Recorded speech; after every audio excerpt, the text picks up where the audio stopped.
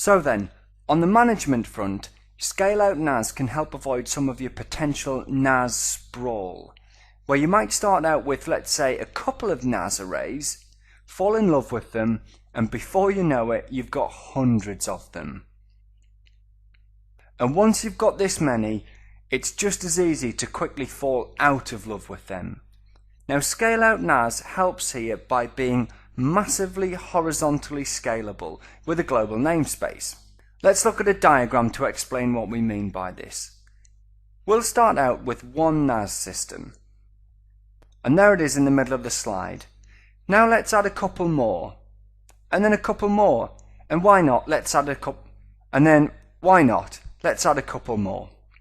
Now we've got 7 NAS arrays, each with their own disk, their own network ports, their own CPU, RAM, the lot.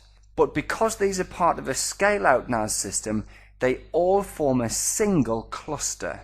And this cluster is managed as a single entity and is horizontally scalable. And by horizontally scalable, we mean that we can keep adding more and more nodes to the cluster, to the left or to the right, and it remains a single system. One system to manage, one system to monitor, one system to upgrade. Much simpler than having 7 individual systems to manage. Now, scale-out NAS systems also often support a single massive namespace or file system. It's not uncommon for a scale-out NAS system to support file systems that are multiple terabytes or even petabytes in size. Now, this is in stark contrast to many of the traditional NAS systems that require multiple smaller file systems per NAS array. So if you think you've got hundreds of NAS arrays, and each NAS array has got multiple file systems, if you thought you had NAS sprawl, your file system sprawl is even worse.